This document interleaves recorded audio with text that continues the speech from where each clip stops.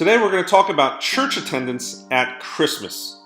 Hi, I'm Kenny Jahng, and I want to share results of a recent research study that asked people across America, across the country, about church at Christmas time. Some revealing stats, we'll talk about them, and then there are 4 things that I think church leaders just like you should consider as you plan Christmas services this year. We've got a couple of weeks left leading up to Christmas in December, and here are a couple stats that I think you really need to pay attention to.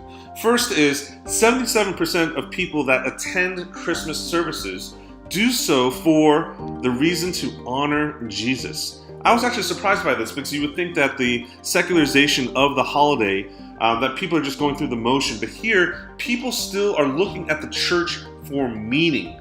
So this is a call to action for all church leaders that, hey, don't go down that slippery path of just dumbing down Christmas services because you think it's not the committed Christian, it's the CEO Christian that's coming through your doors. No, these people are looking to the church for meaning. So they're looking for an authentic sermon, biblically based service. That's something that they want out of that experience, to honor Jesus. And in fact, only 9% attend church on Christmas to observe tradition of that, just the routine and things that they've known. They actually want to do something meaningful. And only 3% attend to get in the holiday spirit. So the people that are coming and attending your service are doing so for a significant reason. Make sure that you plan that experience so that they get that out of it.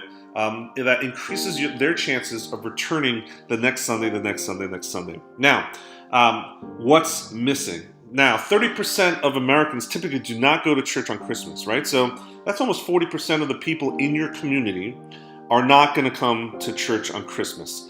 But of that 40%, the 37%, what's interesting is that 57% of them are likely to attend if someone just invited them to church on Christmas.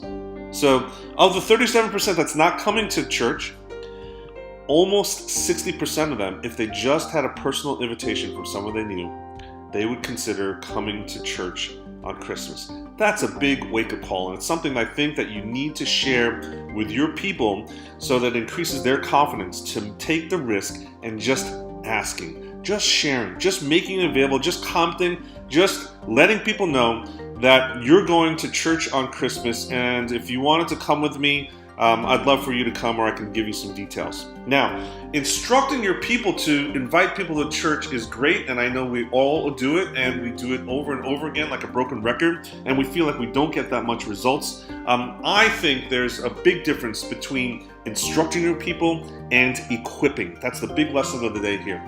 Remember, there's a difference between instructing your congregation to invite a friend versus equipping them to actually go through with that activity.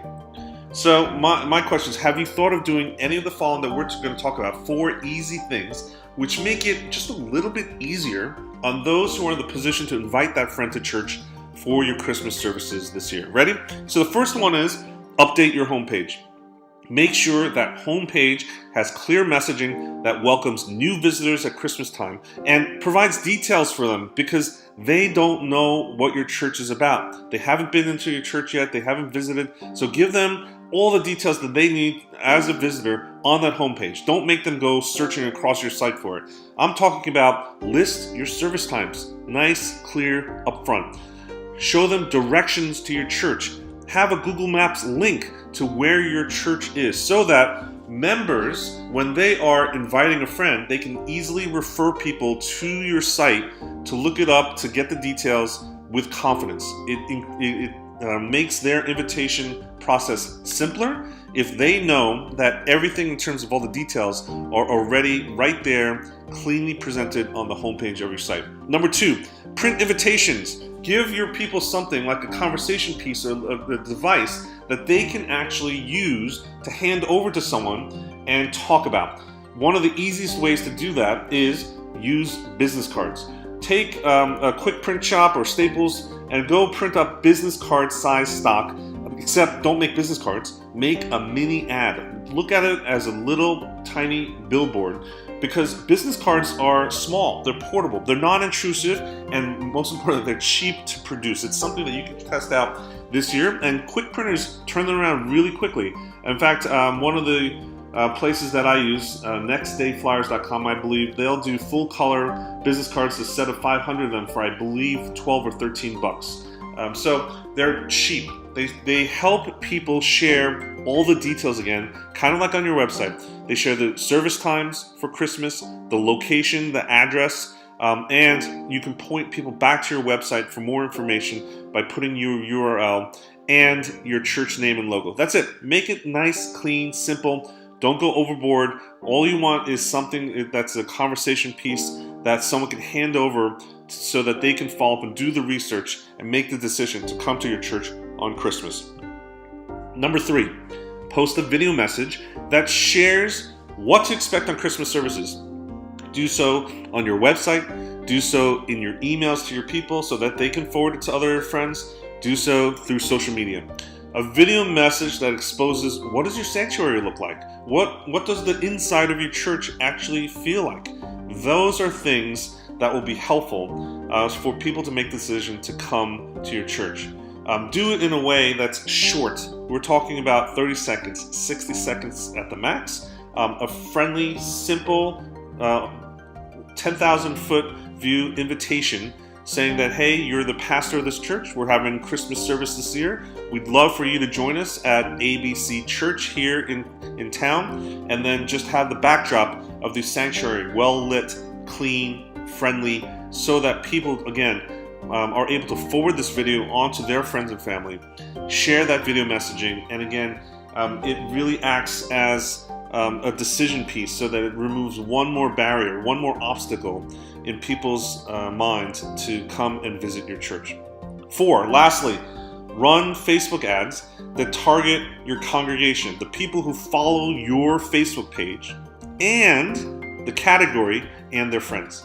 So the followers and the friends, because that is leveraging the social networks, the people that your congregation members are connected to that are not coming to the church, right? That's reaching the 37% of town by showing ads to the people that come to your church and then their friends and family that are connected on Facebook.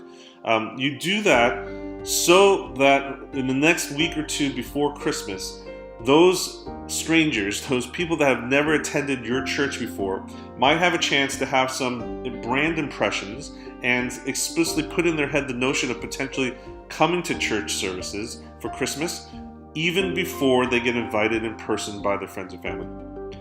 You got to remember that brands need 7 to 12 times to get in front of somebody before they make a consumer decision. And this situation is no different. They need multiple impressions before they'll come. People who will come for the first time on an impulse is going to be very, very few. So you want to help set up your people for success by getting in front of them and exposing your church and Christmas services, that idea, as many times as possible before your friends even bring it up.